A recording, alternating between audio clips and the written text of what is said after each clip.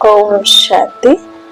29 मई 2024 के ईश्वरीय महावाक्य। आज के मधुर मुरली का सार। मीठे बाबा ने कहा, मीठे बच्चे, याद से याद मिलती है। जो बच्चे प्यार से बाप को याद करते हैं, उनकी कशिश बाप को भी होती है। प्रश्न, तुम्हारे परिपक्व अवस्था की निशानी क्या है? उस अवस्था को पाने का पुरुषार्थ सुनाओ। उत्तर, जब तुम बच्चों की परिपक्व अवस्था होती है तो सब कर्मेंद्रियां शीतल हो जाएगी। कर्मेंद्रियां से कोई उल्टा कर्म नहीं होगा। अवस्था अचल अडोल बन जाएगी। इस समय की अडोल अवस्था से 21 जन्म के लिए कर्मेंद्रियां वश हो जाएंगी। इस अवस्था को पाने के लिए अपनी जांच रखो। नोट करने से सावधान रहेंगे। योग बल से ही कर्मेंद्रियों को वश करना है। योग ही तुम्हारी अवस्था को परिपक्व बनाएगा। ओम शांति। यह है याद की यात्रा।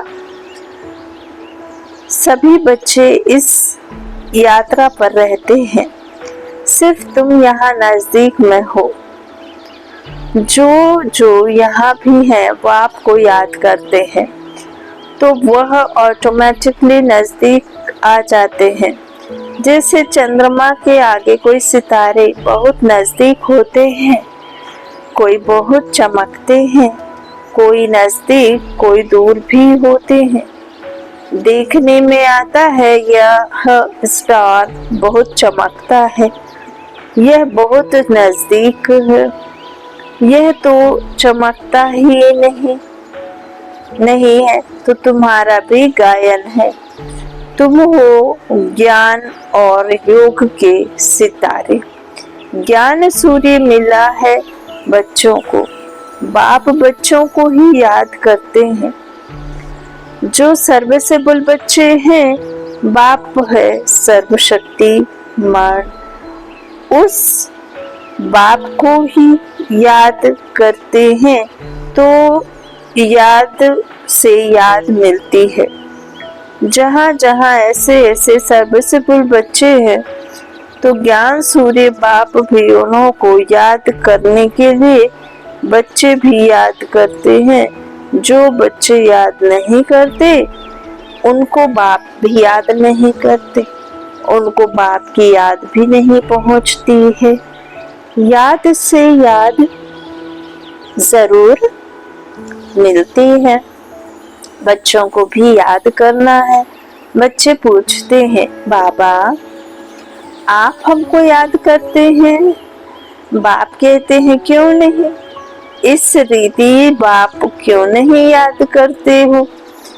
जो जास्ती पवित्र है और बाप से पवित्र, बाबा कहते हैं कि जो जास्ती पवित्र है और बाप से बहुत प्यार है, जिनको एक तो प्यार होना, जितनी पवित्रता, जितनी प्यूरिटी आपके अंदर में आएगी, उतना अधिक आपका बाबा के पास में जाने का समय आएगा। तो बाबा कहते हैं इस तरह जास्ती पवित्र और बाप से बहुत प्यार है, तो कशिश भी ऐसे करते हैं। हर एक अपने से पूछे कि हम कहाँ तक बाबा को याद करते हैं।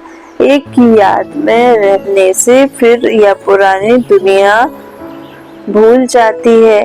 बाप को ही याद करते करते जाकर मिलते हैं। बाबा कहते हैं अब मिलने का समय आया हुआ है। ड्रामा का राज भी बाप ने समझाया है। बाप कहते हैं,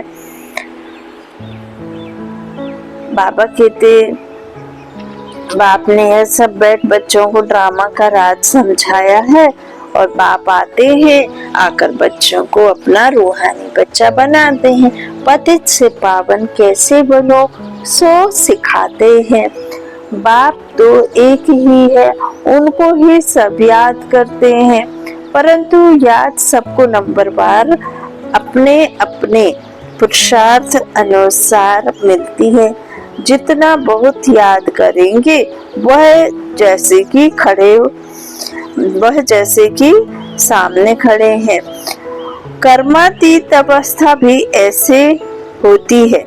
जितना याद करेंगे उनके कर्मेंद्रियां चंचल नहीं होंगी। जितना याद करेंगे, बाबा कहते हैं, कर्मेंद्रियां चंचल नहीं होंगी। कर्मेंद्रियां चंचल बहुत होती है ना, इसको ही माया कहा जाता है। कर्मेंद्रियों से कुछ भी खराब कर्म ना हो। यहाँ योग बल से कर्मेंद्रियों को वश करना है। वो लोग जो दवाइयों के वश करते हैं, जो लोग दवाइयों से वश करते हैं, है ना, होता है ना, कर्मेंद्रियों को वश करने का साधन भी स्थूल में बहुत कुछ दिखाते हैं। जैसे मान लीजिए कोई गलत काम कर रहा है, कोई शराब पी रहा है, कुछ ऐसे उल्टे काम कर रहे हैं, तो उनके लिए फिर क्या होता है, कर्मेंद्रिय वश में हो जाए ताकि उसमें मन ना जाए, उसके लिए फिर दवाइयां आदि देते हैं ताकि उनका कर्मेंद्रिय उनके वश में। तो बच्चे कहते हैं, बाबा यह क्यों नहीं वश होती है? बाप कहते हैं, तुम जितना याद करेंगे उतना कर्मेंद्रिय वश हो जाएंगे। इसको कहा जाता है कर्मातीत अवस्था। यह सिर्फ याद की यात्रा से ही होता है। इसलिए भारत का प्राचीन राजयोग गाया हुआ है। सो तो भगवान ही सिखलाएंगे। भगवान सिखलाते हैं अपने बच्चों को। तुम्हें इन विकारी कर्मेंद्रियों पर योग बल से जीत पाने का पुरुषार्थ करना है। संपूर्ण पिछाड़ी में होंगे जब परिपक्व अवस्था होगी। बाबा क्या कहते हैं? योग बल से जीत पाने का पुरुषार्थ करना है। कर्मेंद्रियों पर जीत तभी पाएंगे जब हम उस परमपिता परमात्मा की किरणों के नीचे अर्थात उसकी याद से अपने कर्मेंद्रियों को योग बल से वश में करेंगे। तो बाबा कहते कर्मेंद्रियों पर योग बल से जीत पाने का पुरुषार्थ करना है। संपूर्ण पिछाड़ी में होंगे। ऐसे तो नहीं है कि एकदम हो जाएंगे।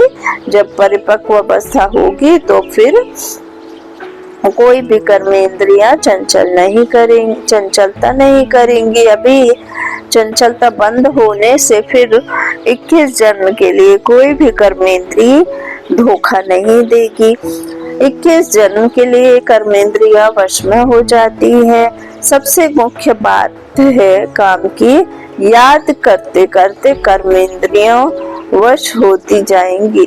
अभी मेडिटेशन बाबा कहते हैं, अभी जो आधा कल्प फिर मैं देता हूँ वो सब तुम्हारे लिए कितना काम में आता है ना, तो इनाम देते हैं, इनाम मिलता है ना आधा कल्प के लिए। वश नहीं कर सकते हैं तो फिर पाप रह जाते हैं, है ना। तो तुम्हारे पाप योग बल से कटते जाएंगे तो तुम पवित्र होते जाएंगे। यह है नंबर 1 सब्जेक्ट। बुलाते भी हैं पतित से पावन बनाने वाले, और पतित से पावन होने की तो बाप ही आकर पावन बनाते हैं। नॉलेजफुल बाप ही नॉलेजफुल है। बाप कहते हैं अपने को आत्मा समझो, बाप को याद करो। यह भी नॉलेज एक है योग की नॉलेज, दूसरा है 84 जन्म के चक्र की नॉलेज। 2 नॉलेज है। कौन कौन सी 2 नॉलेज है? बाबा कहते हैं एक है योग बल की नॉलेज कि कैसे ये चक्र फिरता है, उसका ज्ञान होना, नॉलेज होना। दूसरा है 84 जन्म के चक्र की नॉलेज। 2 नॉलेज है। फिर उसमें दैवी गुण ऑटोमेटिकली मर्ज है। बच्चे जानते हैं हम मनुष्य से देवता बनते हैं, तो दैवी गुण भी जरूर धारण करने हैं। अपनी जांच करनी है। नोट करने से अपने ऊपर सावधान रहेंगे, अपनी जांच रखेंगे तो क्या होगा, अपनी जांच रखेंगे तो कोई भूल नहीं होगी। बाप खुद कहते हैं, माँ में कम याद करो, तुमने ही मुझे बुलाया है क्योंकि तुम जानते हो पतित पावन है बाबा, है ना, क्योंकि तुम जानते हो बाबा पतित पावन है।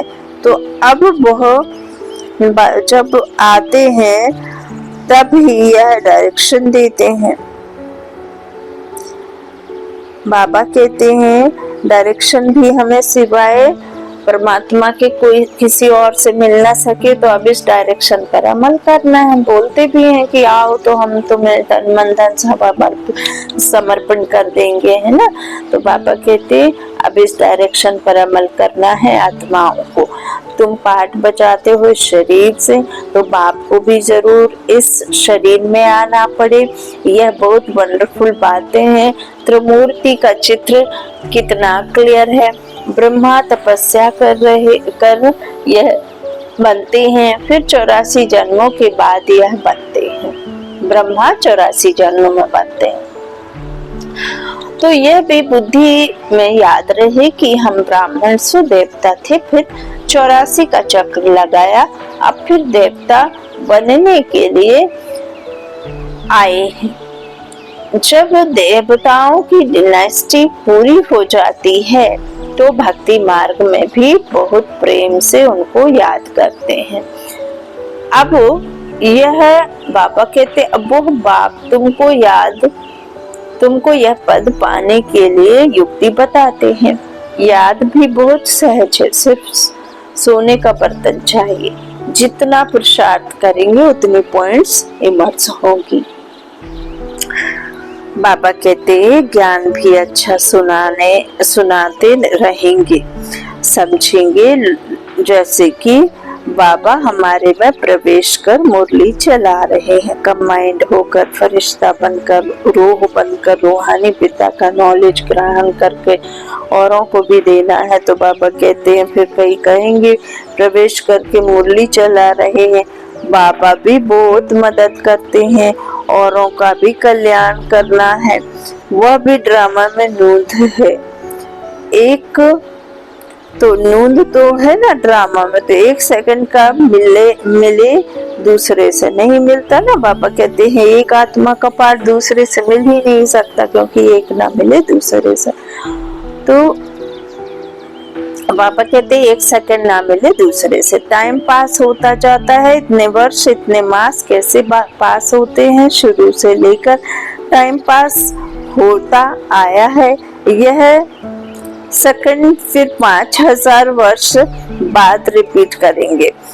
यह भी अच्छी रीति समझना है और बाप को याद करना है, जिससे विकर्म विनाश हो, और कोई उपाय नहीं है।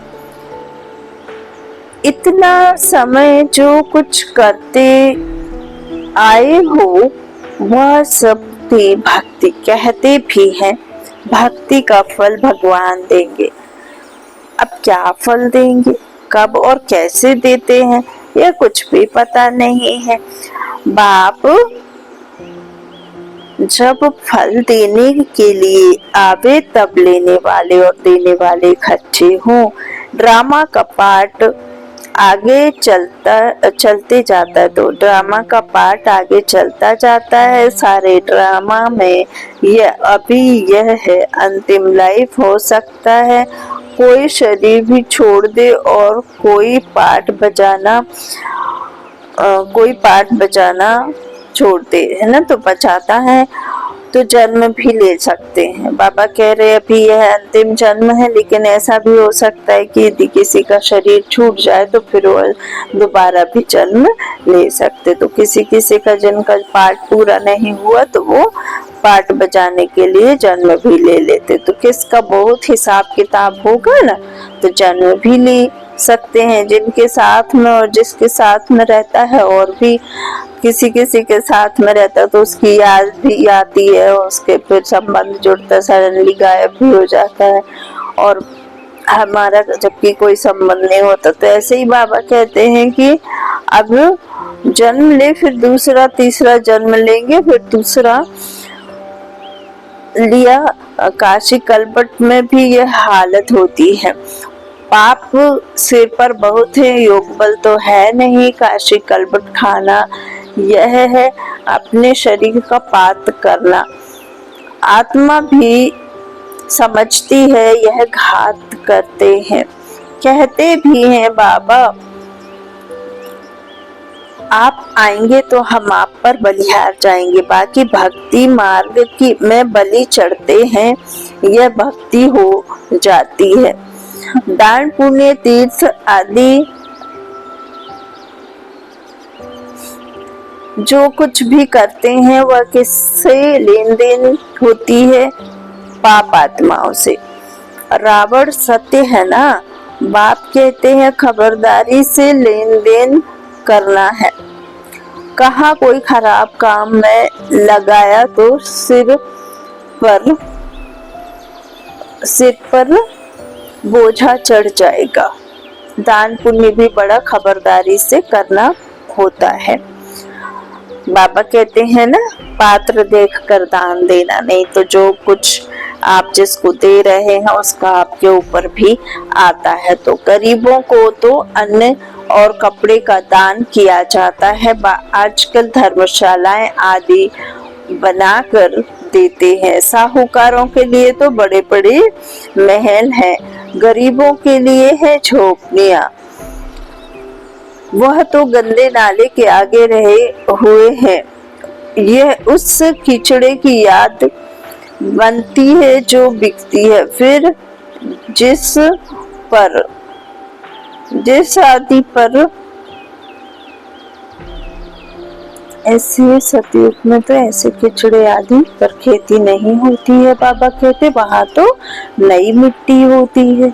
ओ बाबा ने आज देखो मैं उधर का भी बताया है कि वह तो गंदे नाले के आगे रहे हुए हैं, उस कीचड़े की खाद बनती है। आजकल क्या कीचड़ से ही खाद बनती है ना, सोन खाद भी देखो नाम पता है बनती कैसे। और फिर बाबा कहते कीचड़े से खाद बनती जो बिकती है, जिस पर फिर खेती आदि होती है। सतयुग में तो ऐसे कीचड़े आदि पर खेती नहीं होती है, वहां तो नई मिट्टी होती है। उसका नाम ही है पैराडाइज, नाम भी गाया हुआ है। पुखराज परी सब्ज परी रत्न है ना। कोई कितनी सर्विस करते हैं, कोई कितनी करते हैं। कोई कहते हम सर्विस नहीं कर सकते हैं। बाबा के रत्न तो सभी है, परंतु उनमें भी नंबरवार कुछ स्वार्थ अनुसार है जो फिर पूजे जाते हैं। पूजा होती है देवताओं की। भक्ति मार्ग में अनेक पूजाएं होती है, वह सब ड्रामा में मूड है जिसको देखकर मजा आता है। हम एक्टर्स हैं। इस समय तुमको नॉलेज मिलती है, तुम बहुत खुश होते हो, जानते हो भक्ति का भी पाठ है। भक्ति में भी बड़े खुश होते हैं। गुरु ने कहा माला फेरो, बस उस खुशी में फेरते ही रहते हैं, समझ कुछ भी नहीं। शिव निराकार है, उनको भला दूध पानी आदि क्यों चढ़ाते हैं, मूर्तियों को भोग लगाते हैं, वह कोई खाती थोड़े ही है। भक्ति का पेशगीर विस्तार कितना बड़ा है। भक्ति है झाड़, ज्ञान है बीज। रचना जो रचता और रचना को सिवाय तुम बच्चों के और कोई नहीं जानते। कोई बच्चे तो अपनी हड्डियां भी इन सर्विस में स्वाहा करने वाले हैं। तुमको कोई कहते हैं यह तुम्हारी कल्पना है। अरे यह तो वर्ल्ड की हिस्ट्री ज्योग्राफी रिपीट होती है, कल्पना रिपीट थोड़े ही होती है। तो बाबा कहते हैं यह तो नॉलेज है, यह है नई बातें नई दुनिया के लिए। भगवान भगवान भी नया, उनके महावाक्य भी नए। वह कहते हैं कृष्ण भगवान वाच, तुम कहते हो शिव भगवान वाच। हर एक की अपनी अपनी बातें हैं, एक ना मिले दूसरे से। यह है पढ़ाई। स्कूल में पढ़ते हो, कल्पना की तो कोई बात ही नहीं है। बाप है ज्ञान का सागर, नॉलेजफुल। जबकि ऋषि मुनि भी कहते हैं हम रचना को नहीं जानते हैं। उन्हों को यह नॉलेज कहाँ से मिले, जबकि आदि सनातन देवी देवता ही नहीं जानते। जिन्होंने जाना उन्होंने पद पाया। फिर जब संगम युग आए तब बाप आकर समझाए। नए नए इन बातों में मूंझते हैं, कहते हैं बस तुम इतने थोड़े हो, राइट हो, बाकी सब झूठे हैं। तुम समझाते हो गीता जो माई बाप है उसे ही खंडन कर दिया है, बाकी सब तो रचना है, उनसे वर्षा मिल ना सके। वेदों शास्त्रों में रचता और रचना की नॉलेज हो ना सके।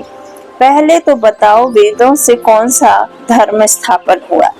धर्म तो है ही चार, हर एक धर्म का धर्म शास्त्र एक ही होता है। बाप ब्राह्मण कुल स्थापन करते हैं, ब्राह्मण ही फिर सूर्यवंशी चंद्रवंशी कुल में अपना पद पाते हैं। बाप आकर तुमको सम्मुख समझाते हैं इस रथ द्वारा। रथ तो जरूर चाहिए, आत्मा तो है निराकार, उनको साकार शरीर मिलता है। आत्मा क्या चीज है तो उनको ही नहीं जानते तो बाप को कैसे जानेंगे? राइट तो बाप ही सुनाते हैं, बाकी सब है अनराइटिस, जिससे फायदा कुछ भी नहीं। माला किसकी सिमरते हैं कुछ पता नहीं, बाप कोई नहीं जानते। बाप खुद आकर अपना परिचय देते हैं। ज्ञान से सद्गति होती है, आधा कल्प है ज्ञान, आधा कल्प है भक्ति। भक्ति शुरू होती है रावण राज्य से। भक्ति से सीढ़ी उतरते उतरते तमो प्रधान बन पड़े हैं। किसको भी ऑक्यूपेशन को नहीं जानते, किसके भी ऑक्यूपेशन को नहीं जानते हैं। भगवान की कितनी पूजा करते हैं, जानते कुछ भी नहीं है कि किसकी पूजा कर रहे हैं। जिससे हम मांग रहे हैं कहीं वो खुद, ऐसा तो नहीं है किसी और से मांग कर बना हो, तो कुछ नहीं जानते ना। तो बाप समझाते हैं इतना उच्च पद पाने के लिए अपने को आत्मा समझना है और बाप को याद करना है, इसमें है मेहनत। अगर किसकी बुद्धि मोटी है तो मोटी बुद्धि से याद करें, परंतु याद कर एक को ही करें। गाते भी हैं बाबा आप आएंगे तो आपसे ही बुद्धि योग जोड़ेंगे।